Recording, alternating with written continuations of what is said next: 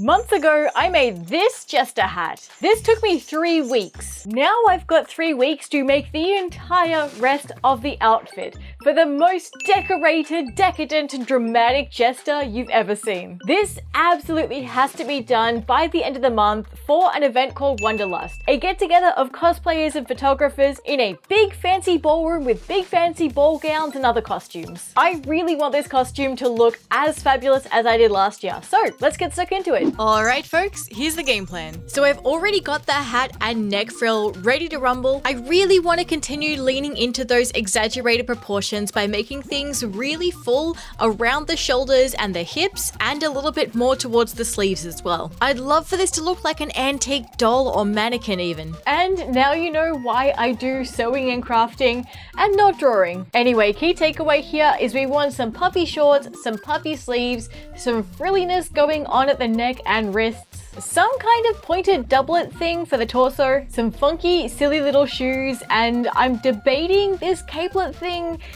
I could take or leave that part. Now, before we get back into the crafting, if you're new here, I do what I like to call feral crafting. I have no formal training, I'm allergic to patterns, maths, or measurements at all. So I frequently make things the wrong way and then deal with the problems that come up with that later. But I'm also constantly learning and improving my skills. So if you want to upgrade your own skills or just find some creative inspiration, you should check out today's sponsor, Craftsy. Craftsy is your online resource for all things creative, with thousands of classes in creative skills like sewing, painting, crochet, cooking, just to name a few. The lessons from friendly, award-winning instructors are so easy to follow, so you can go step by step. If my videos make you want to dabble in costuming or cosplay for the first time, I'd recommend Roxy's Sewing 101. This is a true beginner's guide without being overwhelming, the perfect place to start. But Craftsy is not just for beginners, but for any skill level looking to master their craft. For me, Susie's class on pressing tools was a game changer. Seriously, this is not a bit. I did not know what a seam roll was until this class. Now I know how to actually use this thing. If you want to check out all the incredible classes and resources that Craftsy have to offer and join a community of like-minded creative souls, the first 1,000 of my subscribers to click the link in the description will get a full year of premium membership to Craftsy for $1.49. That offer is valid for new members only. I hope you'll check out Craftsy and enjoy it as much as I do. For now, I've got some new tips and tricks under my belt, so let's get into it, shall we? Alright, starting off with the shoes, and I instantly had the image in my head of shiny gold shoes with those really silly, curly pointed toes. And for the base shoe, I'm going to be destroying my Sucrose boots, which is very bittersweet because I pulled Sucrose out of storage recently to wear to a convention, and there was a fair bit of damage, mostly just due to my own poor storage solutions. And while I usually like to get more wear out of a cosplay, if I can't do that, well, at least I can strip it down for parts. So I'm just going to start ripping off the foam and fittings. Oh, so the first photo shoot I did with Sucrose was at a beach. The entire inside rim of all of this gold trim is covered in sand. There's so much of it, it's literally pouring onto my desk. As someone with sensory issues, the combination of like foam, glue, and sand is not a fun time.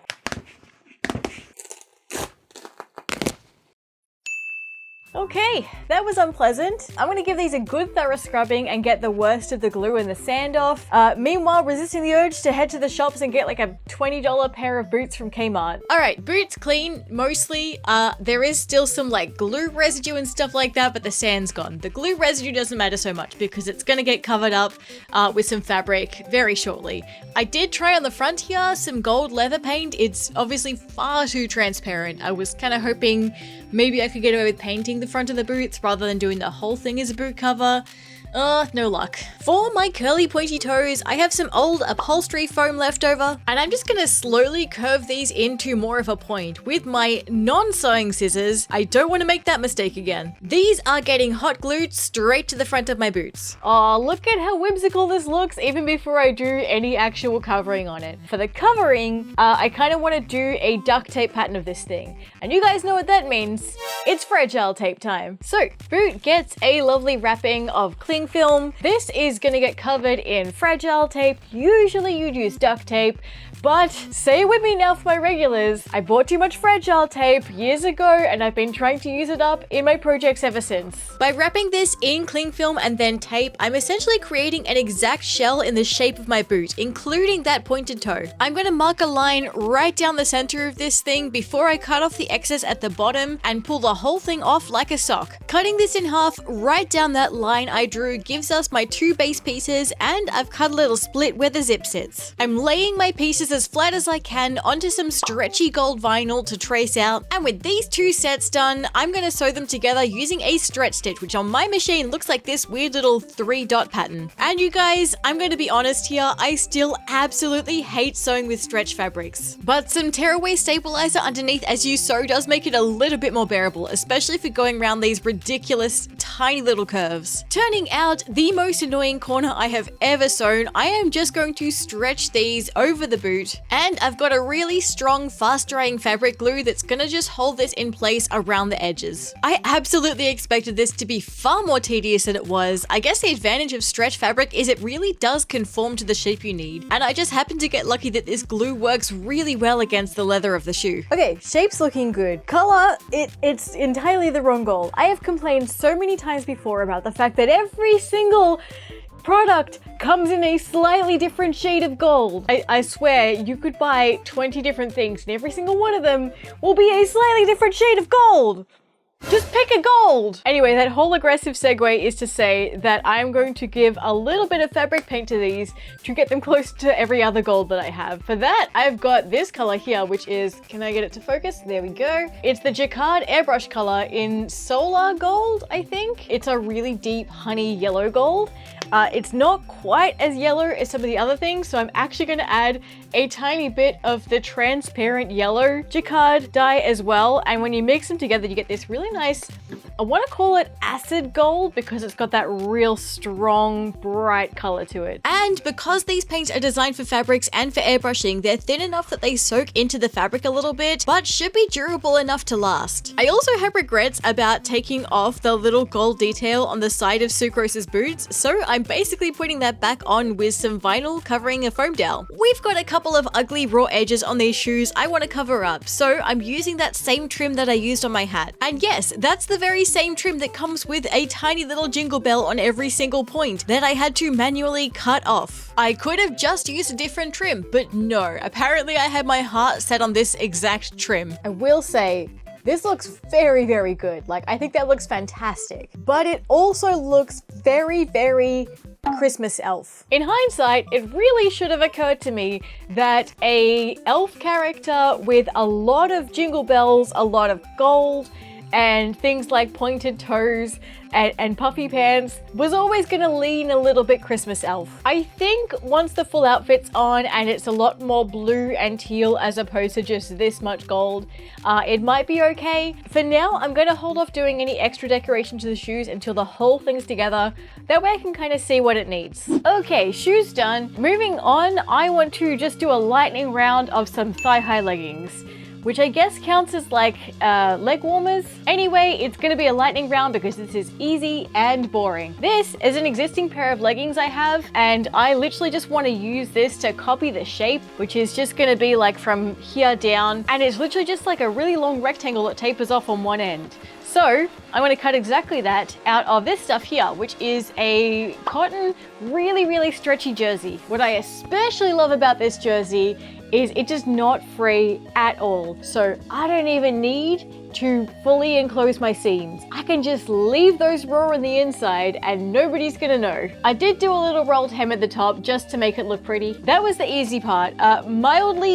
Actually, it's not even that more difficult, it's just gonna take longer, but I wanna try and get these stripes of a white jersey with this one and just like sew a bunch of those stripes together to make one leg plain and one leg stripy. I don't know if it's gonna look good or work. We're just gonna find out.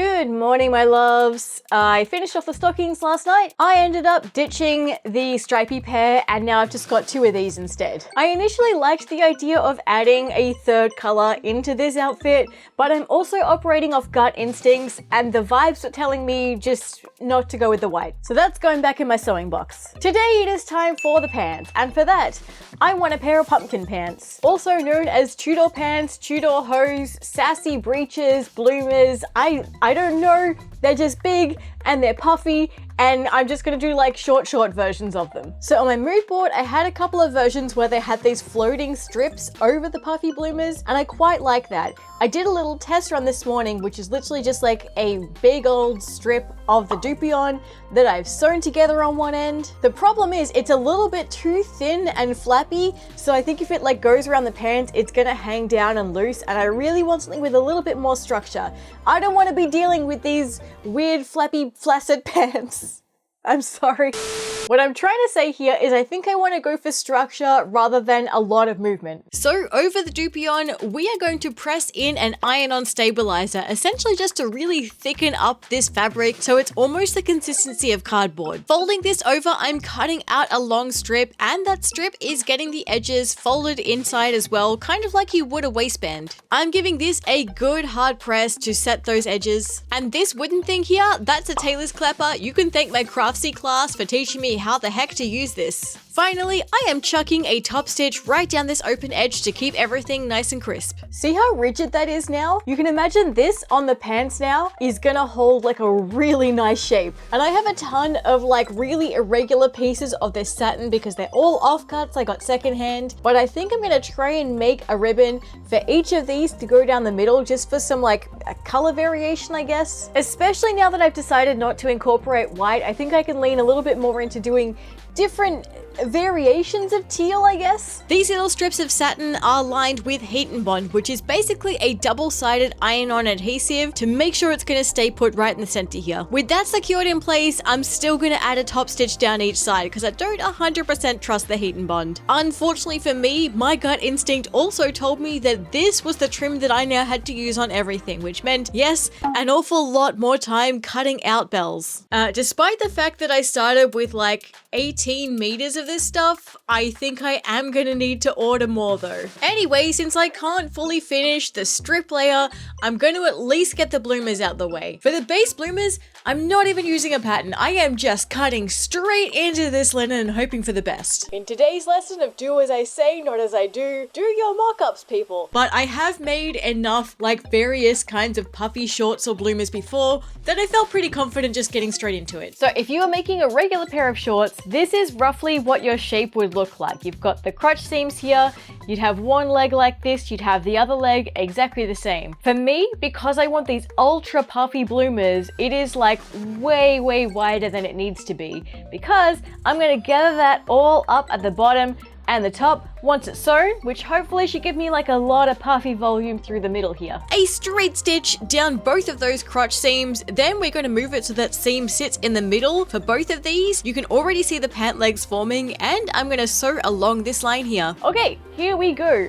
Right now it kind of feels like I overdid it in terms of sizing. That said, I did want them as puffy as possible, so I guess once we gather it all up, we'll see how it looks. This is a straight stitch on the longer setting with no back stitching. You know, I think this is the first time I've ever done a ruffle in any kind of correct way. Usually I would literally just mash it into the machine with like random folds. But with these long tails here, with those long stitch, I think I'm supposed to pull on one of them and that starts to gather it. Yep, there we go. I will admit, I can understand why this is like a better method for ruffling, but I do kind of miss just mashing it into my machine. Okay, bloomers overall sitting pretty nice. They're a little tight on me right now because I'm wearing like 2 pairs of thermal pants and 2 thermal tops under this top because it's winter in Melbourne. Side note, none of you guys are allowed to scoff at Aussies complaining about cold because our houses are basically glorified tents. Insulation is just not a thing here. Mini rant over, moving on. I've cut a little bit more of that fabric in a slight curve shape to kind of make up a waistband for these. They've got stabilizer in them as well because I kind of want to encase all of those big thick strips. So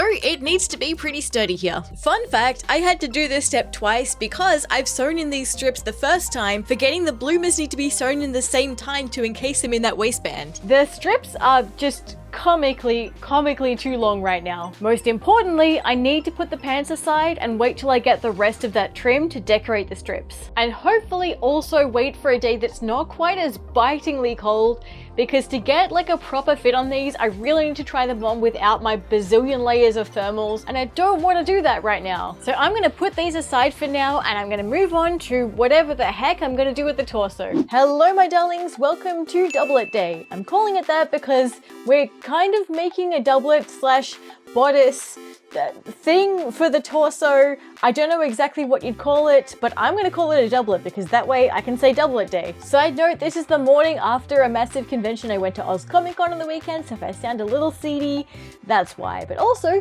please admire my new beanie from Button Fox. Isn't it cute? I'm gonna be living in it all of winter probably.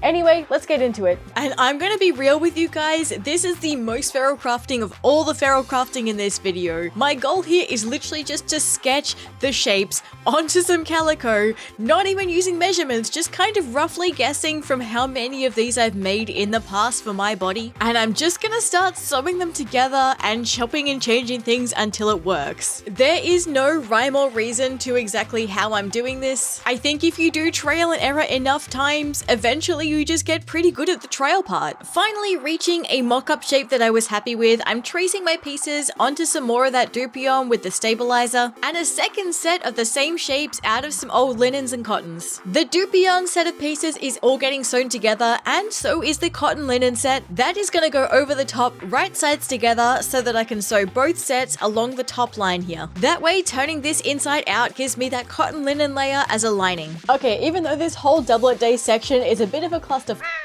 I can't keep swearing in videos. Cluster heck. I do want to just take a second to explain some stuff about boning, because I'm putting boning into this doublet, right? I don't want like a full-on tight lace snatched waist corset. I just kind of want some structure, and so I'm not going for like full-on spiral steel or things like that.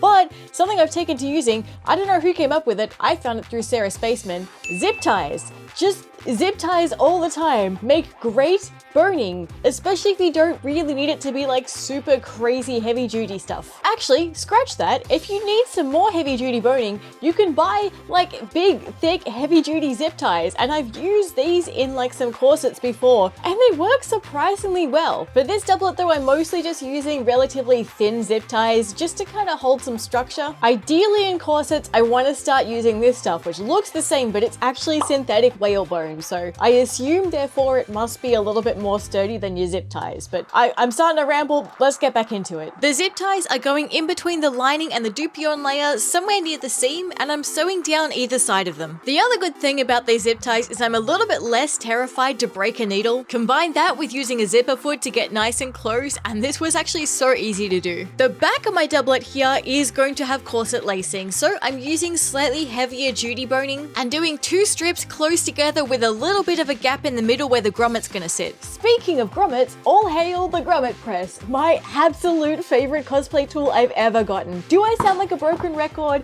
talking about this thing in every single video? Yes. Too bad, you're gonna hear me talk about it again. I will try and keep things brief. Long story short, this thing you can get lots of different sets that go in this section here that presses down, so you can use it to punch holes in pretty much anything. You can use it to press in grommets, you can use it to put in snap fasteners for easy fastenings, you can use it to put in rivets. It's just really cool, alright? Let's punch some holes all the way up this line here and then open them up a little bit more with an awl just so I can fit these giant grommets in. in. On the other side here, we've got little washers to put in over those, and then I'm going to use my grommet press to, well, press the grommets. My weirdly enthusiastic reliance on a grommet press is becoming as regular in these videos as my fragile tape, but look at how neat this is. Once I started lacing it up with some ribbon, I realized I needed some extra boning around these busk areas just to reinforce it and stop it warping. When I was sewing the boning in, I've accidentally sewn the lacing onto the corset. That's a rookie error. At my big age, I should not be doing that. God damn it. Okay, this is my doublet slash corset slash bodice hybrid thing so far. Everything's sitting pretty neat. It's sitting like very structured. There's a little bit of boning in there. There's some wobbly stitching and puckering here and there, but nothing super noticeable. Some bias bindings left on the bottom here to seal up that edge. And this one is at least structurally complete. Guys, I fully expected those last steps to be like wham, bam, done. Extra boning, bias binding in, moving on. Sadly, the bias binding that I bought, it's entirely the wrong color. It's this really like foresty green, nothing near a teal. And it's also way too thick. Like putting this over my doublet, you can see it even covers up the very bottom grommet here. And I'm okay with some color variation. You can see I'm already using 2 different types of teals on the bodice.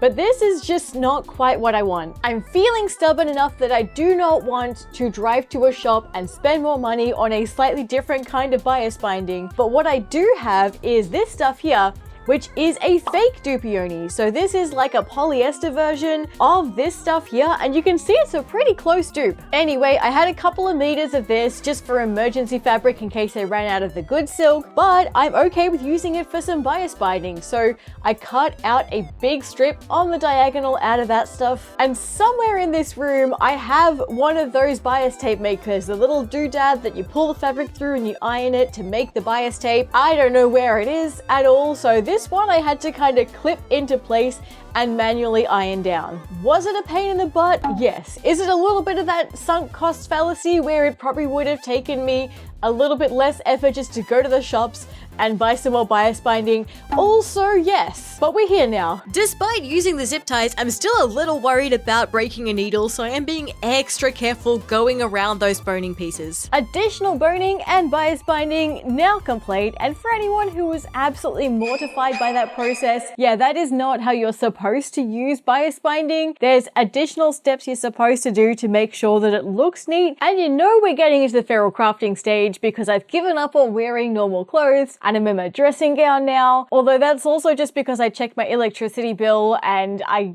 should probably turn off the heating a bit more. Anyway, it's now technically time for the sleeves. Am I going to do the sleeves right now? No, I just don't feel like it right now, so I'm going to skip ahead and do the little ruffly sleeve bits. I did make these when I made the hat, and I don't like them. For starters, as I mentioned before, I'm just not vibing with the white. Secondly, I made the rookie error of making these out of like little circle pieces so that they want to flare out like that. What I should have done is make them out of long rectangles so that the whole thing, even when it's ruffled, wants to stay upwards towards the hand. I hope that makes sense. Okay, much like the leg warmers, I'm gonna make some arm warmers the same way, tracing out on my arm roughly this long tube of fabric to sew together, leaving just a little hole on the side there for my thumb to stick out. We tear away the tearaway stabilizer, we cut off the excess down the side here, turn that whole thing inside out, and boom, done, arm warmers. For the ruffles, I've got strips of organza, dupion, and some of the satin from the dressing gown I found for $5 at an op shop. Each of these I folded over and sewn along that fold to create that nice edge. Same thing with this smaller piece that also has stabilizer to keep it nice and stiff. This is going to be my base cuff. This time round, I'm reverting back to my feral method for ruffles, which is just mashing the ruffles into the sewing machine as I go. And once the ruffle's the right length, that's getting sewn onto my base piece. I did that twice more to get this triple tiered ruffle. So I finished off the wrist ruffles with some gold trim and some jingle bells, and I've sewn the edge of the ruffles together to create that full circle,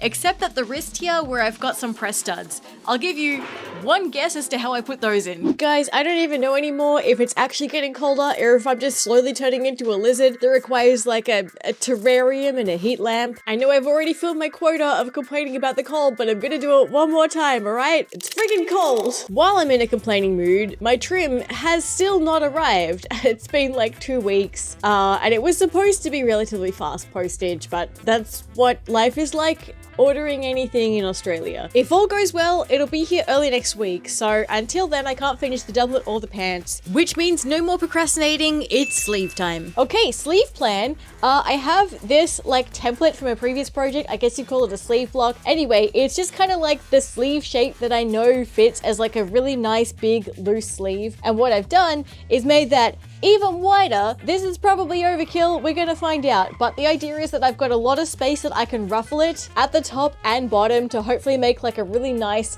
like bubbly balloony shape on the sleeve. And I've made a ton of these, which is more of those strips with the doopy on. I made these exactly the same way as I did for the legs, except with a little bit less stabilizer, so there's a little bit more movement through them. I'm basically doing the same thing that I've done for my half-finished pants, which is creating that big ruffly balloony sleeve, and that's getting pinned onto the shoulder along with some of these big long strips that float over the top to see how everything sits. Okay, so it looks a little silly, but I don't hate it. I really don't. I think the concept is there. You can see that like the positioning of these is all a little bit awkward. Like I'm gonna have to think about that, and the ones towards the bottom are gonna have to be like less poofed. But like these ones here, I think that's the vibe I want. I think that's it there. That mock-up sleeve was poplin, so now I feel comfortable cutting it out of my linen stuff. And I fiddled around with the placement of these strips to make sure I'm happy with where everything's sitting a little bit nicer this time round. And that is looking so much better. Look at that puff. I finished the sleeve with a satin cuff and some bias binding that helps hold the poofiness. Put a pin in both of those. I'll explain a little bit more when I get to the pants. And we have a finished sleeve on this side, looking all balloony and ridiculous. On this side, I did an entirely different style of sleeve because I really wanted to test out a method that I saw in a recent video of Simrel, who did their own version of a Jester, and I really liked how it looked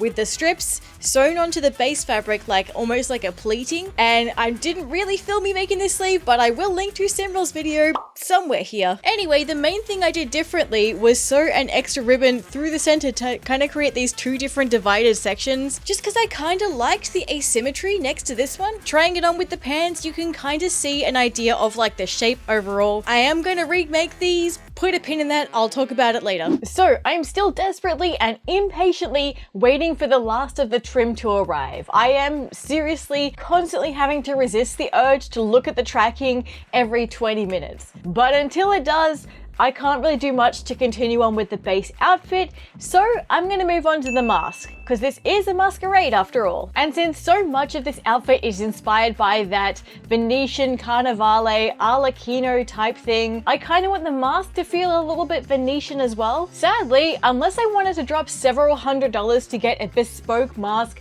shipped in from Venice, I couldn't find anything that looked like what I had in my head. So I do have this kind of derpy looking mask blank that I'm gonna try and build up into something that looks a little bit less cheap and nasty. Okay, running off pure vibes for this entire next bit, my first step is to try and cut it down to this more exaggerated face, the kind that you'd see in those like comedy tragedy masks. To try and smooth out this sort of paper mache cardboard lumpiness, I'm covering the whole thing in a layer of Flex Bond. And while that Flex Bond is drying, I've got this wooden dowel I've drilled into one end. Do not at me about how off-center that hole is. And this is a little metal dowel that came with this brass doorknob that I got for like $3 from my hardware store. Flex Bond's basically the consistency of wood glue, so I'm using my leftover here to basically cover this little dowel, shove it into that hole with some pliers, and basically just get the doorknob onto that end. To continue my decoration up the rod, I've covered this whole thing in some more glue, and I'm wrapping some gold bias binding I didn't end up using for the main outfit, and a few more different colored teal ribbons too. Meanwhile, the sun's out, the Flex Bond layer has dried, so I'm going back over this one with a couple more layers of Plastidip just to smooth it out a bit more. And once that's all dry, we're getting some top coats of a really nice yellow gold. The freshly dried mask is getting some hot glue and some foam to attach it to the rod, and I decided on a whim to cover the eyes in more of that fabric. In fact, I like this so much, I ended up covering even more of the mask with some of the fabric scraps. out. I was sort of picturing a porcelain mask that had been shattered and repaired with a mosaic of motley, adding in some filigree applique on the gold side and some embroidery floss on the edges of my fabric scraps. And my gut instinct says that we've reached the kind of look that I'm going for. Okay, considering we started with a cheap, crappy cardboard mask, I'm pretty chuffed with how this turned out. At the back here, I've just kind of glued some fabric just so you don't have like the white showing through. It's not too pretty if you look close up, but I mean, no one's gonna be looking at the back. And I put some jingle bells on the back here, just so that I can have an extra point of sensory hell on this whole outfit. The last thing I want to do to this mask is line the outside with some trim. And the timing is fantastic because I finally got the extra trim delivered today. The cosplay gods showed mercy on me today because I got the notification about it coming today like an hour before it actually arrived. So I wasn't spending all day like glued to the window waiting for the package. The trim is getting glued around the hat. Once again, sans jingle bells. So yes, that meant an awful lot more cutting. Okay, tacky glue all attached. So I'm gonna give it like a full hour before I take these clips off and try and like fold over the back. In the meantime, I'm gonna get the rest of the trim on the pants. I have to take off all of those jingle bells. And that's gonna take me a while because I have like 5 of these leg strips to cover in this trim, so I'm gonna be doing this a while. Side note, I have learned the hard way from this project that I really can't be crafting in this fluffy dressing gown. Can you see how many threads I've got around the hood already? This thing is like Velcro for threads and scrap bits of fabric. I'm absolutely keeping most of the bells I cut off. Maybe I'll put them in the world's most annoying maraca or something. So I mentioned wanting to remake the pants. These are slightly too short at the moment. Where the waist is kind of sits on my hips and I wanted to sit on my waist. Also, I think I've decided I'm not a big fan of like this floating layer thing as much. I don't mind it on the sleeve, but since I made that other sleeve where it's like connected and sort of pleated, I want to redo the pants with that. So I'm gonna like salvage all of these strips and just kind of rebuild it, which does mean, of course, I can actually show you guys how I do that sleeve and how this method comes together. I might be able to get a good rip on this one. Yes! Side note, not how you're supposed to like unstitch things, but damn, it's satisfying when it works. Carefully and gracefully taking the strips off the old pants, I'm putting the slightest bit of fabric glue down the center of each one and attaching it down onto some more rectangles of that linen. This isn't really meant to glue them down, but more just to hold them in place while I secure them with an actual stitch. I'm laying out the second side on the ground here just because it's easier to line these up. You guys know I'm allergic to measurements. All right, so hang on, let me get my face in frame. Hi. Okay, so I think the general gist with how to do this technique is all of these little lines in between are essentially pleats, and I'm literally just gonna like fold in on each side for each one. You sew along the top and bottom, and then when it goes onto the leg, it sort of balloons outwards, but then that fabric stays ballooning out with these as well, so you won't have as much gap in between. I'm going to use the waistband from the old pants as kind of my guide for the top, so I know how wide it needs to be once they're all like pleated and condensed together. Much like I did with the ruffles, we are straight up raw dogging these pleats. I'm just gonna kind of hold them in place as I go, and it seemed to work well enough. And with this design, the pleats are going to act like the ruffles, so from here, I just want to cut this out essentially in that same shape as I would a regular pair of pants without the ruffliness. So the strip at the bottom has to be roughly the size of my thigh circumference, and this top length here is going to be the size of half the waistband. Much like I did with the bloomers on round 1, I'm going to move that crotch seam into the center and sew down those pant legs. All right, guys, I think we are successful. The only part that's a tiny bit awkward is these inner strips here, because they do kind of like warp a little bit around my legs. I'm not gonna try and fix that. I have no idea how these things work. I'm just lucky that it worked in the first place, and I don't think anyone's gonna notice that. For the cuffs at the bottom to enclose that raw edge, I've cut myself some strips of this satin with some iron-on stabilizer. I've ironed that, folded in a couple of times, kind of the same way you would a bias binding, and I'm gonna sew this on the lazy way, which is just doing one big stitch and hoping it catches both sides rather than doing one and then folding it all the way over and sewing from the other side. Hey, it still worked in the end. Even without me wearing them, they're already holding their shape really, really well. That's partly because on the inside here, I've sewn like these strips of, it's literally the strips of bias binding because we are going peak feral crafting here. Instead of doing like a whole inner lining layer, I've just put these in, and basically it just holds them a little bit shorter, which allows this to stay puffed out. I've taken to, like, before I throw out any old clothes that are literally disintegrating, I try and salvage parts from them. So off an old bra, I've kept these little, what are they called? Hook and eye things. And that's how you connect the top of your pants. So again, we are just going full feral crafting, but you don't see any of that because it's hidden under the little bodice thing. So it works. Okay, good morning, folks. I was up till like 1 a.m. crafting these little hip ruffles on the sides just for some extra detail. I had a few offcuts left of the organza and dupion, so I made up some ruffles exactly the same way as I did for the wrist to sew onto the hips. Okay, test fit time, and I am so chuffed with how lovely and silly and poofy these pants are. It's fantastic. And you guys remember I had that issue with them like warping right on those front strips there? I don't have that anymore because I had the absolute genius big brain moment where I realized I can just unstitch exactly only those ones from the base linen so they can move independently and the rest of the pants stay puffy. That's literally all it took.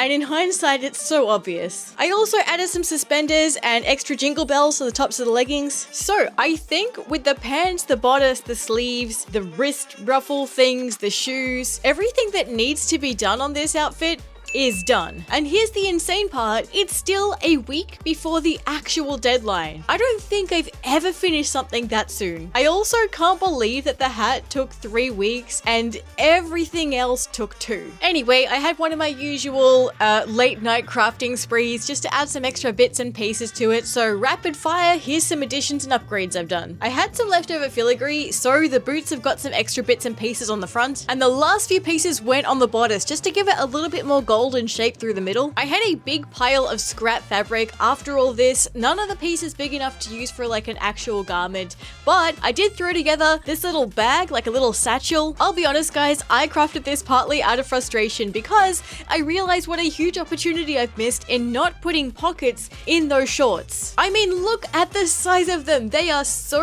poofy. There is so much room in there for stuff. Lastly, I've just taken some big old wedges of the scrap fabric and chucked some extra trim on it. I don't know if I'm going to use these for anything yet, but like, hey, this might be a capelet. Maybe this hangs off my waist. I don't know. I just wanted to use up some stuff. And I mean, if the vibes are there, I'll try and stick them on my costume somewhere. I'm going to do a quick test fit to make sure everything's working and fitting together. And then all I got to do is wait until it's time to go to the ball. Okay, night before the ballroom event. We are in a hotel literally across the road from the ballroom because we have to start super early in the morning and I don't want to drive several hours with a face full of makeup in the morning. Even being that close to the ball, we still had to get up at like 6 a.m. to get all the makeup done in time, which especially sucked because it's before the sun went up, so we're doing it in the dark with not the best lighting. Taking a little break for a pre-dawn sketchy 10-minute walk to the closest place we could find that was open for coffee. And you can tell I needed it because my microphone was unplugged this entire time. And my ears got a huge upgrade. These are the Kelpie design from Felife, as I wanted something a little different from classic elf ears and once it sat more outwards than up. Link below as they were kind enough to give me a discount code for you guys, not sponsored or affiliated besides getting the ears as a gift. Hair and makeup and full fit now on and looking fabulous if I do say so myself. I'm just so incredibly happy with how all of these colors and textures came together so well. I feel just as beautiful as everyone in their ball gowns. And everyone did look utterly stunning. I love seeing everyone's different themes or characters or styles, from bought pieces to thrifted pieces to ones made from scratch. These guys all brought their A game.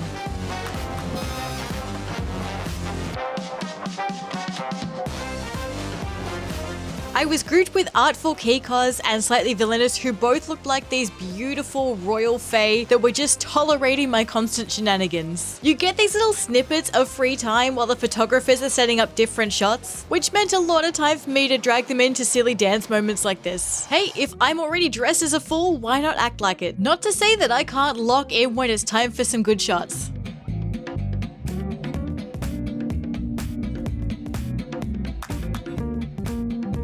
Each group had their own corner or section of the ball to do photos in, with some rotation so we all got some variety in where we worked. While the others in my group were getting their solo shots, I was able to flit around the room and see what everyone else was up to.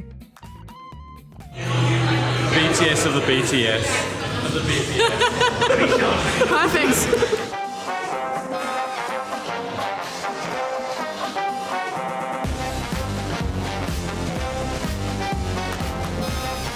And of course, the grand finale was setting up for some group shots and dancing scenes. Because you can't all rent a ballroom together and not have, well, an actual ball.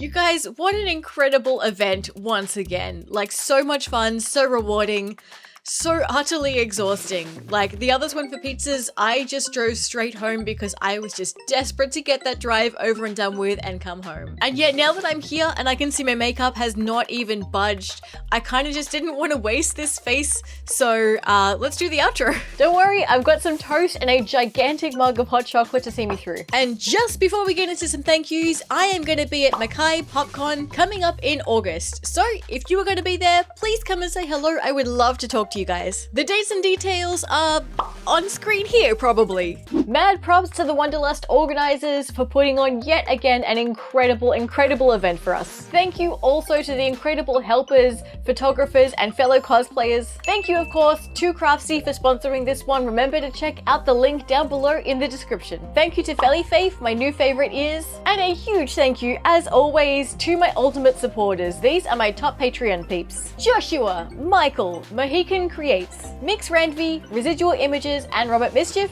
Tamara, Veralyn, and Yuri. Thank you also to these other incredible Patreon people who are on screen now. And you guys can come and join us over on Patreon too. I post previews, works in progress, and entirely exclusive mini videos. And joining my Patreon is the best way to support me so I can keep making ridiculous projects like this one. But if you are here liking, commenting, subscribing, sharing, all those things that keep the YouTube robots happy, you are supporting me. So thank you guys very, very much, and I'll see you next time. Bye!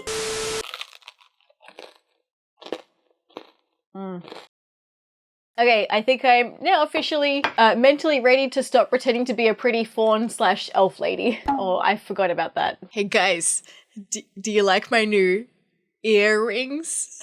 Is that anything? If I was a medieval jester, I would get beheaded so fast.